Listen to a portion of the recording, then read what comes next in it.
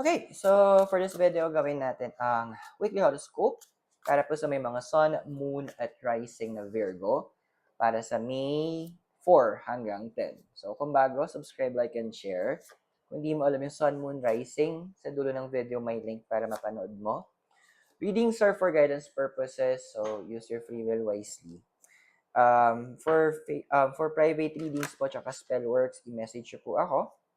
And Friday hanggang Sunday, nasa Oh My Gulay tayo sa session road, face-to-face reading. Okay, so this is a progressive reading, meaning magkakaroon pa ito ng effect, dagdag na effect in about 2 to 4 weeks. So almost in a month, mararamdaman mo pa. So Virgo, ano bang inaasahan natin mga mangyayari? Tabam! The card of death. Ayan. So, huwag ka matakot, hindi pagsabing death, yun na agad. It is a symbolic meaning din. Kasi ang death tungkol, di ba? Tungkol siya sa transformation, changes. Kumbaga, ang pwede mong isipin sa death is parang isang higad na magiging butterfly. So parang ganon, which is also connected to the sign of the Scorpio, which is also the same thing. This is about transformation. So Virgo, may mga bagay talaga within your life na babaguhin ng universe. Now, bakit kailangan niyang baguhin? Kasi ang life kasi, constant growth yan. Constant tayong nag-evolve. Constantly tayong lumalawak yung ating kapasidad, yung ating mga kakayanan. So the universe wants to expand you. Preparation to na pinaplano ng universe sa'yo. Kasi parang ganito paano mo ma-achieve isang bagay if you're not prepared? Paano ka pagkakatiwalaan kung yung childish part mo is hindi mo pa siya naayos? So this card is saying na it's time. Sabi nga, ano mo yun? Si Mariah ba yun? It's time. So, ano yung purpose neto? So, we have here is the Five of Wands. Kasi, ito na. Remember yung mga tao na hindi nagtiwala sa'yo? Remember rin yung mga tao na take advantage sa'yo? Well, karma, karma, karma. So, it will be knocking on them. Now, andun kasi na kailangan magkaroon ang gagawin ng universe kasi is the transference of energy. So, may nag-take advantage sa'yo. Kukunin ngayon ng universe yung energy na ninakaw sa'yo, ililipat sa'yo. Kaya pine-prepare ka. So, may kita mo sila habang bumabagsak while you umaangat. Eh, ang maganda dito, kailangan gawin masyado. Alam mo yung gusto ko pang mangyayari dito kasi, yung mga kasinungalinga pinagbabato nila sa'yo na about this and about that, ay, good luck sa kanila. Kasi the universe will make it happen. Yung mga kasinungalingan na pinagbabato nila, ay andoon yung point na may experience nila yon. Kumbaga, akala nila joke-joke lang. Sabi nila, may sakit kasi si ganito. Or andoon na may emergency kami. Then, sorry sa kanila, your wish is my command. Good luck. Okay. So, habang nangyayari sa kanila yon, ano ba yung nangyayari? At andoon na nag-grow ka, ano yung maging effect pa neto further?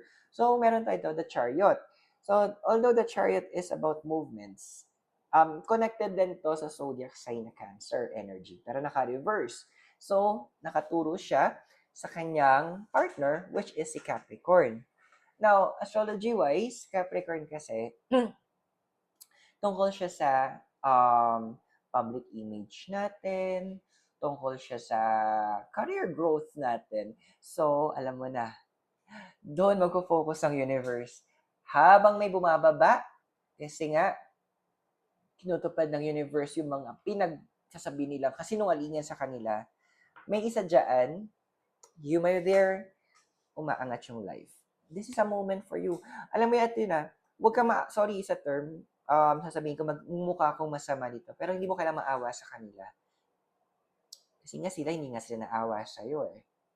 Nung time nung unang part na naawa ka sa kanila, parang andun yung moment na you tried to be a good person, you tried to be mag-extend ng assistance, pero andoon na, pangit ng term, pag ginago ka, nung kailangan mo nang bawiin, then, let them be. Importante ngayon is ikaw na bumabawi ka. So you can expect growth in terms of your career, maybe kung may business ka, in terms of your business, you can expect financial gain. So kung sabihin natin kung business, so pwedeng magkakaroon, is either pwedeng mag-branch out yung business mo. Siguro kaya sabihin natin meron kang um, ano yung water refilling station.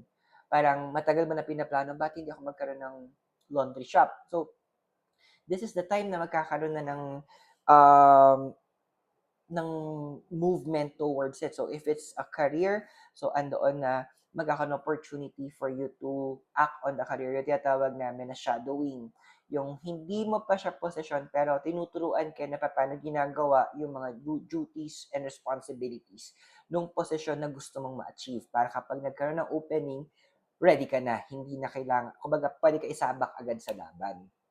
Wow, happy ah. Now, we have next is yung si card of judgment. Now, eto yung nakakaloka kasi something si judgment. Something, usually meaning niya, something wala, binabalik.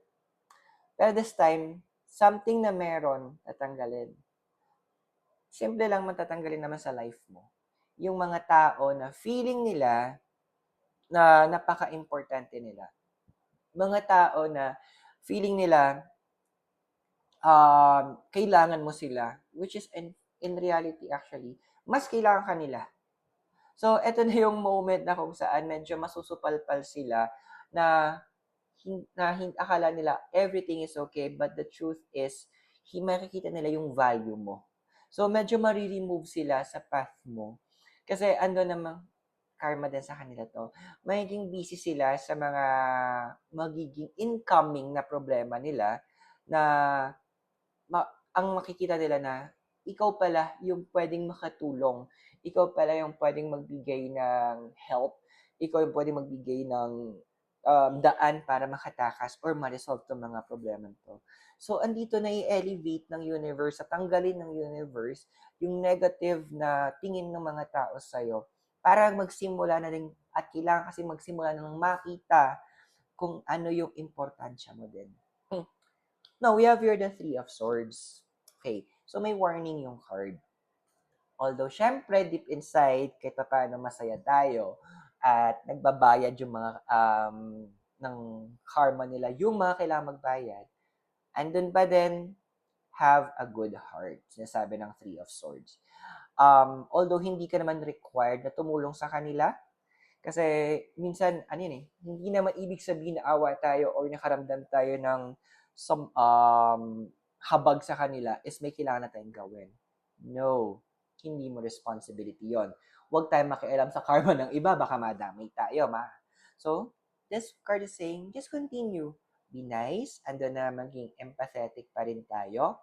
Andun pa din na hayaan natin ang mamutawi sa mga bibig natin is mga ganda pa rin mga salita.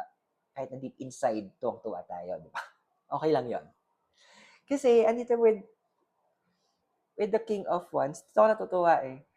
I remember isang passage sa Bible, ay kung sa New Testament Gospels ba, or sa Old Testament, sabi ng God opposes the proud, but gives grace to the humble. So, andoon na, sa Tagalog, binabagsak ng Diyos ang mga nagmamataas, ngunit itinataas niya ang mga marunong magpakumbaba. So, alam mo na ha, to continue the blessing, dun pa rin tayo sa magiging humble. Ngayon, magkaiba ang humble sa timid. Andoon na pwede tayong maging humble, pero andoon na may pride pa rin tayo. Hindi tayo magiging doormat ha. Alamin pa rin na, kumbaga, tinuro na sa ng universe, ito yung boundaries. Panindigan natin yon ha. Dapat alam pa rin nila at maintindihan nila yung value mo din. Now, with the 10 of Wands kasi, yung last card mo dito, what we're getting here is that the universe is also preparing something eh.